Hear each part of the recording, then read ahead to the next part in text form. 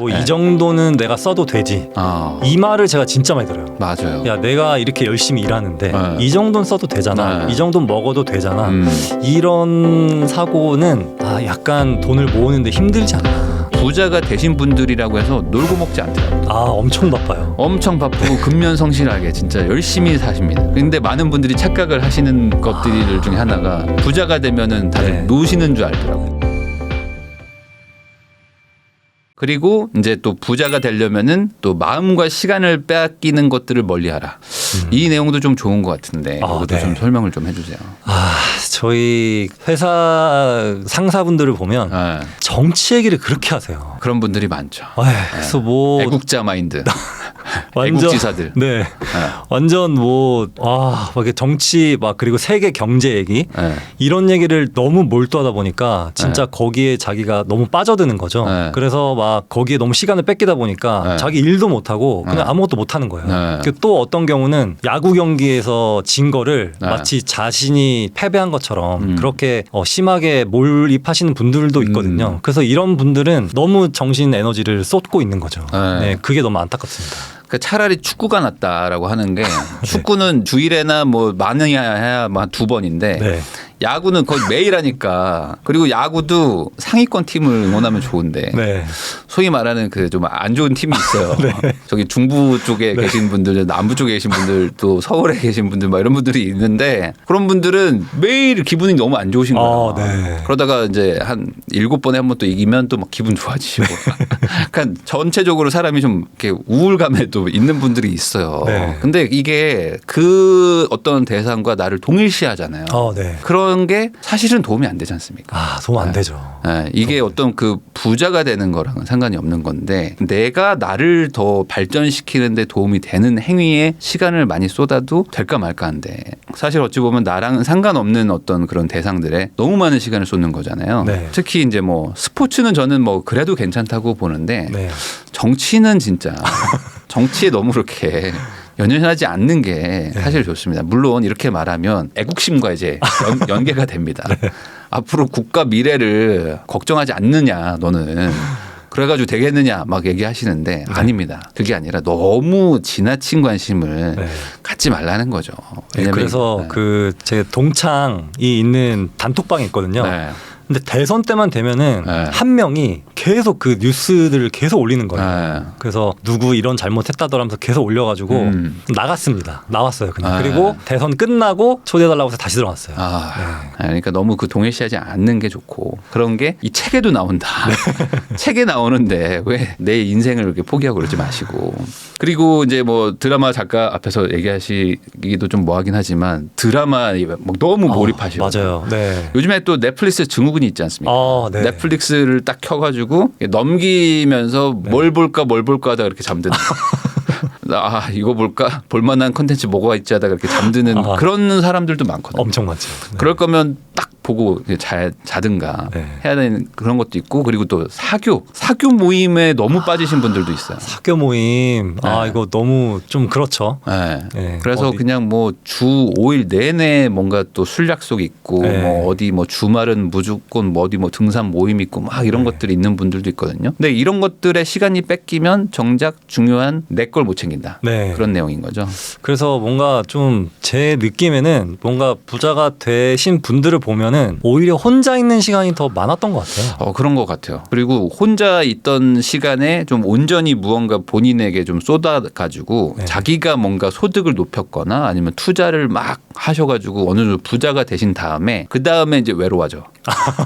그래서 외로운 사람들끼리 이렇게 만나더라고요. 부자들끼리 만나가지고 다시 친구가 돼. 약간 이런 구조인 것 같아요. 보니까.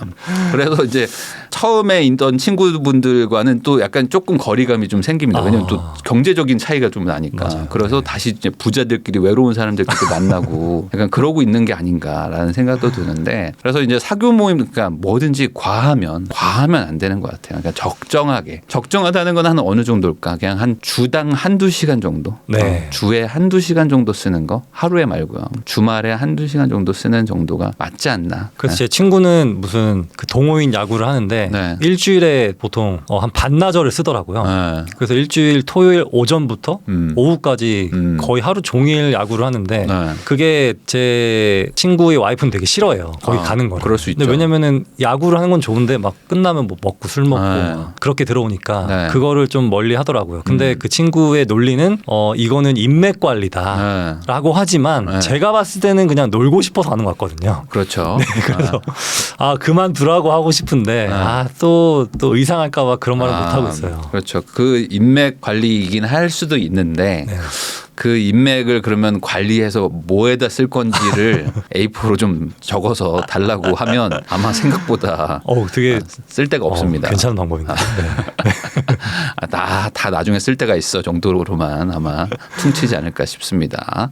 그리고 아까 잠깐 얘기가 나왔지만은 생활비 덜 드는 지역에 살아라. 네. 이런 얘기들이 좀 나와요. 네. 근데 요거를 이제 한국형으로 생각하면 어떻게 생각하세요? 이거 생활비가 덜 드는데 사는 게 무조건 좋은가요? 일단 네. 그 자녀 교육에 있어서는 네. 아무래도 너무 낙후된 곳은 네. 제가 좀 보기 안 좋은 것들 많이 봤거든요. 여기는 막 공립학교 좋은 데 가서 살아라. 뭐 이런 네. 내용도 막 나오는데. 맞아요. 네. 맞아요. 굳이 사립을 그 멀리까지 보내시는 분들이 있는데 네.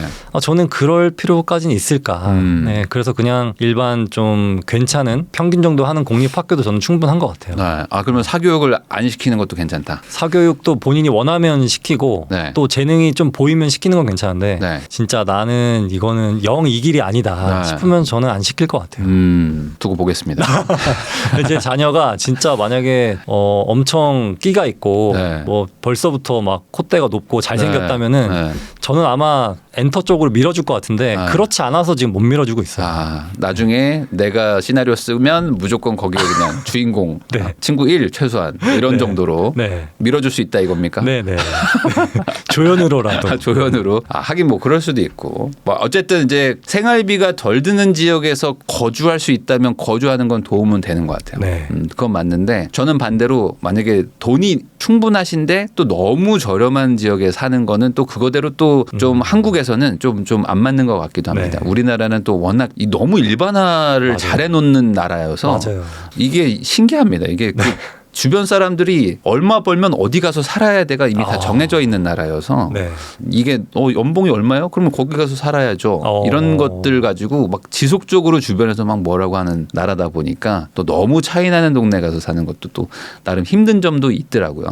그러다 보니까 적정하게 맞춰서 가는 거는 좀 필요도 하다라는 거는 좀 있는데 반대로 너무 나한테 좀 과한 동네 가가지고 거기서 버티려고 하는 것도 그건 진짜 문제입니다. 그거는 생활비 뿐만이 아니고 그리고 그 안에서 지금은 어떻게 버틸 수 있어도 조금 지나서 이제 아이가 좀 더 나이가 든다거나 하면은 생활비가 막 기하급수적으로 늘어나기 시작하는데 오히려 버틸 수가 없으니까 그게 가장 문제가 그거더라고요. 저도 이제 한 몇 분을 봤는데 잘 살고 계시다가 정말 중요할 때 못 버티고 나가시는 분들이 계세요. 뭐 굳이 뭐 예를 뭐 일부러 든다면 뭐 대치동에서 고등학교를 보내야지라고 들어오셨다가 한 중3 때 막 나가버리시는 거예요.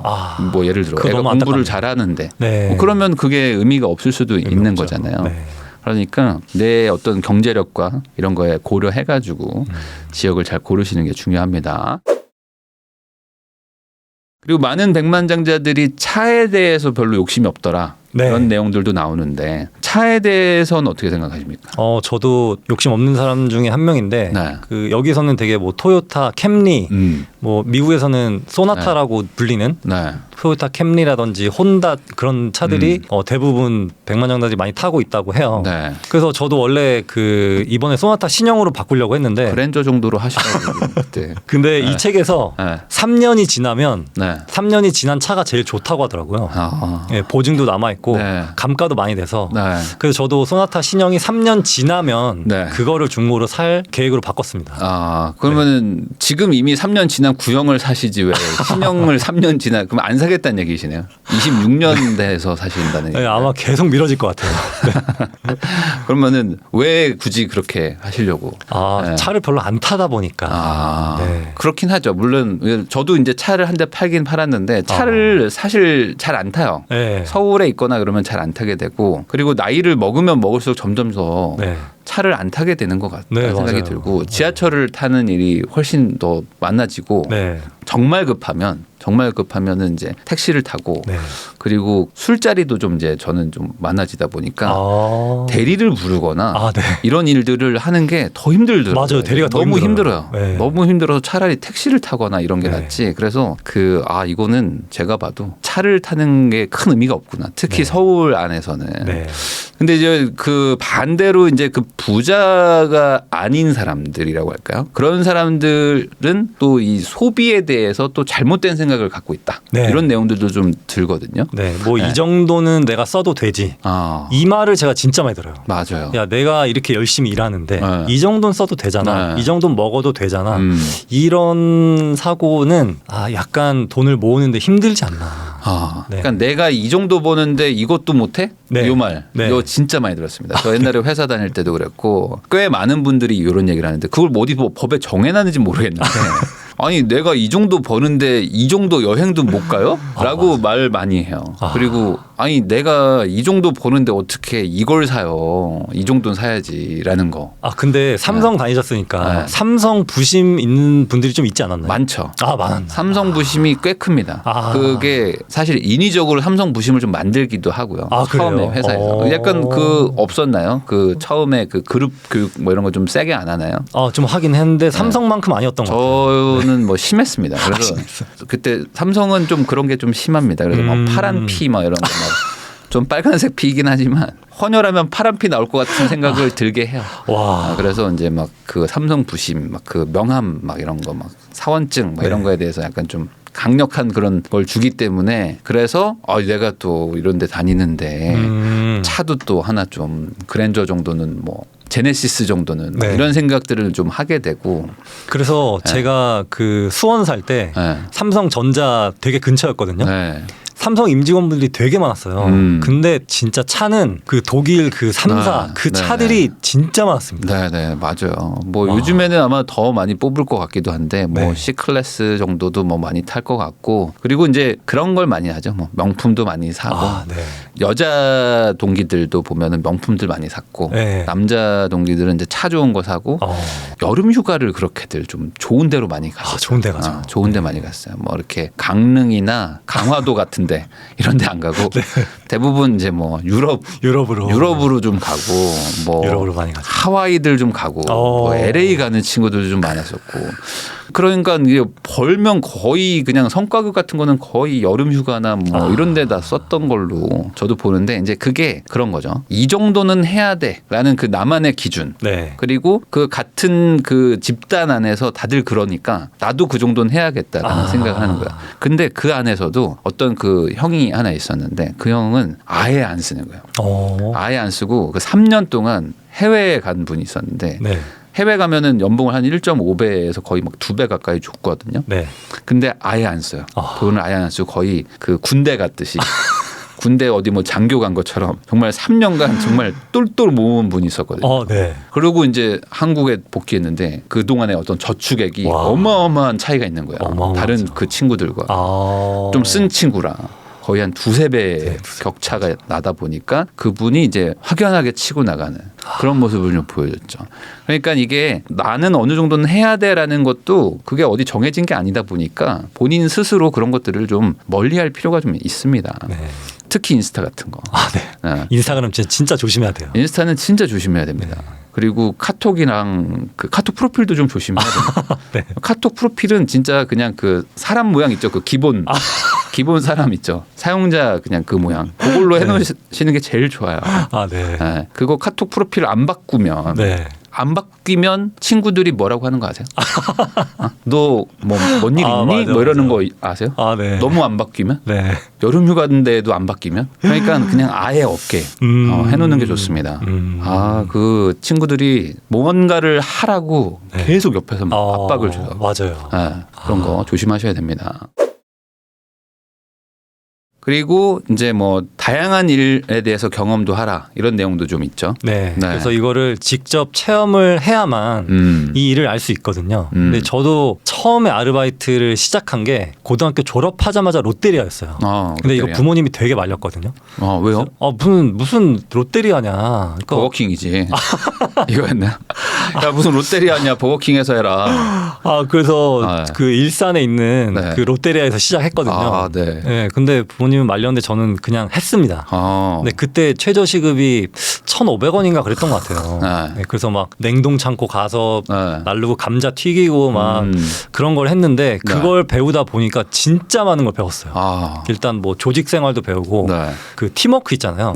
누가 주문 딱 주면은 저는 바로 딱 굽기 시작하고 이게 딱딱딱 감자튀김 담고 그런 것들을 하다 보니까 진짜 많은 거를 배울 수 있었거든요. 그래서 저는 웬만하면은 아르바이트를 하시려는 분들은 뭐든 해봐라라고 말씀드리고 있어요. 근데 그런 게 사실 많은 도움이 되긴 됩니다. 특히 그 안 해보고 겉에서 보는 걸로 이렇게 막 대충 아는 척하는 사람들이 많거든요. 근데 해본 거를 이길 수는 없더라고요. 저도 막 이렇게 샌드위치 집에서도 막 알바도 해보고 여러 가지를 해봤는데 해보면서 느끼는 거는 우선 사람을 상대해 보는 것도 많이 배우는 것 같아요. 뭐 손님을 상대해 보는 것도 있지만 같이 일하는 사람도 상대해 보는 것도 있고 그때 연예인들도 많이 보고 저는 그 메가박스의 앞에 있는 그 샌드위치 집에서 일을 했는데 그때만 해도 그 코엑스 메가박스가 약간 그 영화관들 중에 거의 멀티플렉스 처음 생겨가지고 막 연예인들도 많이 왔습니다. 그래가지고 소문으로만 들리는 누구랑 사귄대 이런 것들을 저희는 많이 겪었거든요. 그래서 A라는 여배우가 와서 샌드위치를 사서 가요. 그리고 한 5분 뒤에 사귄다는 남자가 이렇게 지나갑니다. 그 통로가 이렇게 하나거든요. 진짜 사귀는구나. 막 이런 거를 이제 확인할 수 있었죠. 그런 것도 하셨구나. 그런 경험도 할 수 있다. 어쨌든 뭐 그런 것도 있고 뭐 여러 가지들을 이제 경험하는데 아까 말씀하신 것처럼 안 해보면 사실 몰라서 이게 단순히 돈 버는 거랑은 상관없이 그런 어떤 체계적인 것도 배울 수도 있고 아니면 그 사이에서 다투거나 아니면 뭐 싸우거나 아니면 그 안에서 뭔가 또 협력 관계를 하면서 인간적인 어떤 그런 관계 같은 것들도 배우니까 그런 것들도 저는 뭐 되게 좋았다라고 생각을 좀 합니다. 그리고 뭐 꼭 그런 알바뿐만이 아니라 사실 뭐 일 그리고 어떤 업무 같은 것들도 이왕이면 다양하게 해보는 게 좋고 어떤 일을 해본 게 다음 직업에 또 도움이 되더라고요. 그런 경험 좀 없으세요? 일단 제가 마트에서 일한 적이 있거든요. 근데 마트에서 일할 때 과일 배달을 간 적이 있어요. 근데 과일 배달을 갔는데 그 분이 뭐 여기서 제일 큰 집인가? 아무튼 주택이었는데 제일 고급 주택으로 오면 된다는 거예요. 근데 주소도 안 주고 근데 어느 지역이라는 건 알고 있었어요. 근데 갔는데 진짜 딱 돋보이는 지역이 하나 있더라고요. 그래서 거기로 갔더니 거기가 맞았어요. 거기가 그 일산의 정발산이라는 예전에 되게 갑부들 많이 살았거든요. 그래서 그 집에 갔더니 정발산에서 제일 좋은 집으로 와. 그러면 그 블록에서 제일 좋은 집으로 와. 근데 봤더니 다른 집들은 다 한 필지만 쓰고 있었는데 거기는 한 세 필지인가를 모아서 진짜 큰 집으로 진짜 져놨더라고요. 근데 그분이 딱 하시는 말씀이 사실 이런 팁은 잘 안 드리지만 그런 말 하는 게 미안했나 봐요. 그래서 저한테 2만 원 팁을 줬거든요. 근데 한국 사회에서 2만 원 팁을 받는다는 것 자체가 전 좀 충격이었고 그 사람의 그 미안하다고 했던 말과 그리고 여유로움 이런 거에서 약간 좀 많은 걸 배울 수 있었던 것 같아요. 아니 그냥 번지를 말하시지 왜? 근데 왜 그런지 모르겠어요. 어쨌든 그런 것들도 사실 경험해보지 않으면 모르잖아요. 그런 집이 있는지도 사실 모르는 것도 있고 하니까 다양한 경험을 해보면은 그런 것들이 좋은 연료가 되기도 하고 또 그런 경험들을 또 가지고 또 나중에 뭐 책에 녹여 쓰실 수도 있는 거고 어떻게 될지 모르는 거야 사실. 그리고 또 이제 여기에 나오는 게 또 부자들은 또 안정보다는 또 모험을 택한다. 어찌 보면 리스크를 안아야지 부자가 되는 건 당연한 얘기 아니겠습니까? 그렇죠. 제 주변에도 정말 안정적인 직장을 포기하시고 나가서 무슨 컴퓨터 조립한 다음에 그걸 판매하는 회사를 차리셨어요. 그래서 주변에서 진짜 다 말렸습니다. 아니 너처럼 그렇게 잘 나가는 사람이 어떻게 이런 걸 할 수 있냐. 근데 지금 뭐 뭐 매출이 막 몇십억씩 하고 있는 그런 회사예요. 네네. 네. 맞아요. 그러니까 이게 다 말릴 때 나가는 분들이 사실 원래 나가면 다 말려요.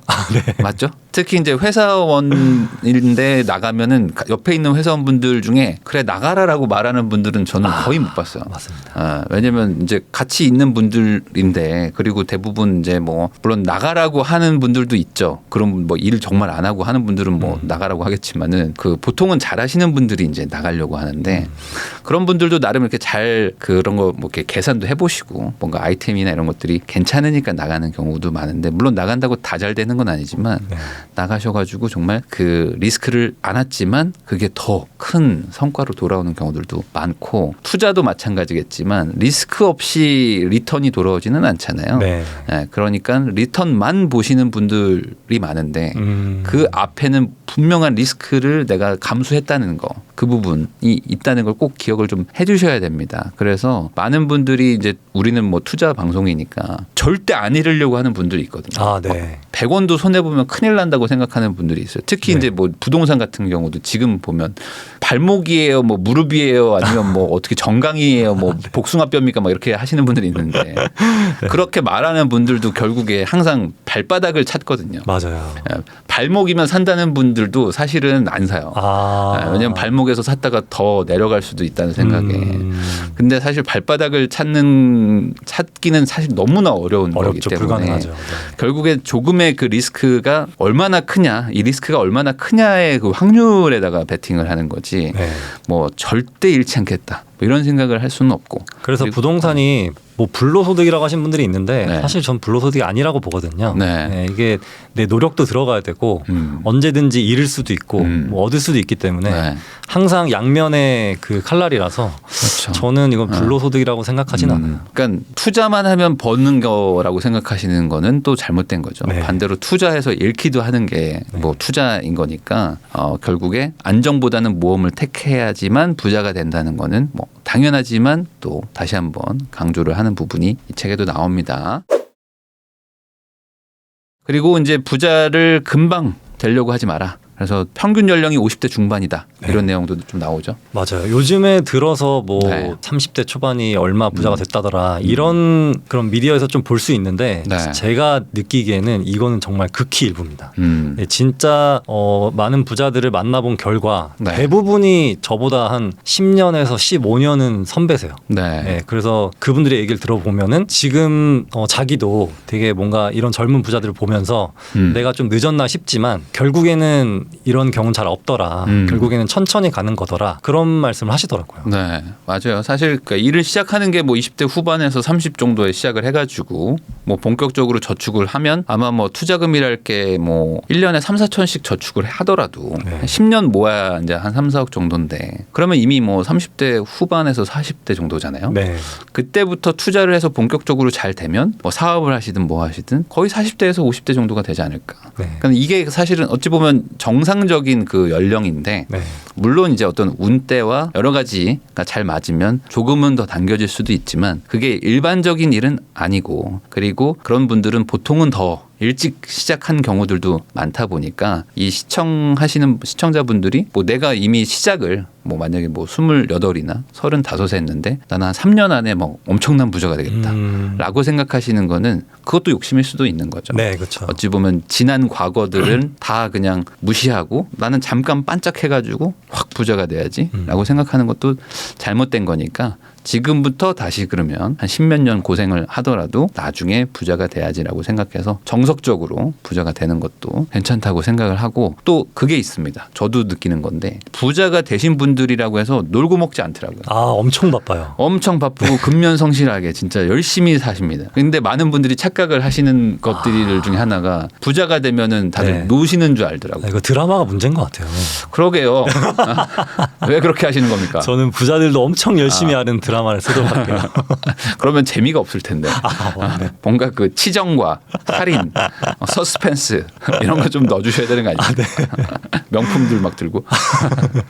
아니 근데 이 부자분들이라고 해서 절대 놀지 않습니다. 그리고 네. 스트레스 엄청 많고. 네, 그래서 저렇게 살아야 되나 싶을 정도로 열심히 사는 분들이 많아요. 네. 근데 제가 느낀 건데 부익남님이 저보다 좀 더 열심히 사시는 것 같더라고요. 많이 열심히 사는 것 같아요. 그래서 약간 좀 많이 열심히 안 사시는 것 같은데. 그래서 저보다 열심히 사는 사람 이렇게 많이 못 봤는데 진짜 몇 안 되는 열심히 사십니다. 열심히 사십니다. 네, 열심히 사시고. 네, 그렇죠. 저도 열심히 사는 사람인데 일정이 빡빡하고 다 그렇게 삽니다. 근데 그거를 오해하시는 분들이 많더라고요. 네. 되게 뭐 그리고 반대로 그거를 의아해 하시는 분들도 많아요. 그러니까 왜 그러고 사냐? 라고 생각하시는데 왜 그렇게 열심히들 산다고 생각하세요? 일단 관성인 것 같아요. 되게 너무 갑자기 일을 안 하거나 네. 그러면은 좀 뭔가 느슨해진다거나 그런 심리도 있는 것 같고 네. 그리고 자신이 좀씩 성장한다는 거에 대한 어떤 뿌듯함 네, 그런 것도 있는 것 같아요. 네. 그리고 뭐 저도 뭐 개인적으로 생각하기로는 그렇게 사는 사람들이 반대로 또 그렇게 되는 것 같기도 하고. 네. 네. 그래서 또 이렇게 성공을 하려고 노력하는 사람들이 성공을 하고 나면 잠깐은 뭐 좀 쉬거나 뭐 놀 수도 있는데 그게 뭐 그걸 위해서 이렇게 성공하는 거는 아닌 것 같더라고요. 그러니까 네. 놀려고 성공하는 사람은 없는 것 같아요. 맞아요. 네. 내가 뭔가를 좋아하고 내가 이 어떤 목표를 달성하려고 그 노력했기 때문에 반대로 이렇게 돈이 따라오는 거라서 돈을 벌었으니까 이제 그만해야지라는 사람들은 없어서 돈을 벌어도 계속 그냥 가는 게 아닌가라는 생각도 좀 해봅니다. 이 전체적으로 이 이웃집 백만장자라는 책은 좀 쉬운 책일 수도 있지만 내용 자체는 좀 그 생각해 볼 거리가 좀 많아서 여러분들도 한번 읽어보면 좋을 것 같고 또 읽어보신 분들도 많을 거예요. 뭐 나름 유명한 책이니까 그렇지만 옛날에 읽어보셨다면은 다시 한번 읽어보시면 또 다른 느낌을 받으실 수 있을 것 같습니다. 저희 뭐 다음 책은 뭘로 할까요? 다음 책이요? 네. 댓글을 달아주시면 댓글로 달아주시면은 저희가 한번 반영을 해볼 수 있을 것 같고요. 네.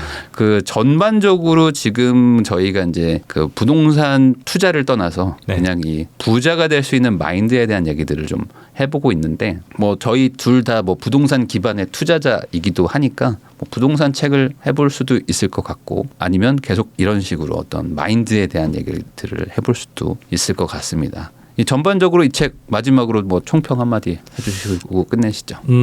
혹시 남편분이 차를 바꾸고 싶어 하시거나 네. 아니면 본인이 차를 바꾸고 싶어 하시거나 네. 그럼 한번 보시고 또 뭐 내가 뭐 옷을 사고 싶다 여름이 네. 됐으니 옷을 사고 싶다 이러실 분도 한번 보시고 그 이게 또 다양한 분야를 이렇게 아우르고 있기 때문에 네. 뭔가 자기가 지금 투자 초보자다 네. 이러신 분들 한번 읽어보시면 되게 좋을 것 같아요. 네, 도대체 돈을 언제 쓰시려고 이렇게 하시는 건지 돈 언제 쓰실 겁니까? 네. 큰 돈 쓰실 때 저희가 아마 엄청 멋있는 데 쓰시려고 이렇게 모으시는 것 같은데 그때 한번 저희가 꼭 그 댓글로라도 한번 남겨놓겠습니다. 네, 지금까지 송희구 작가님과 이웃집 백만장자 변하지 않는 부의 법칙에 대해서 한번 다뤄봤고요. 다음에 또 좋은 책으로 다시 한번 돌아오겠습니다. 작가님 오늘 고생 많으셨습니다. 네, 감사합니다. 감사합니다.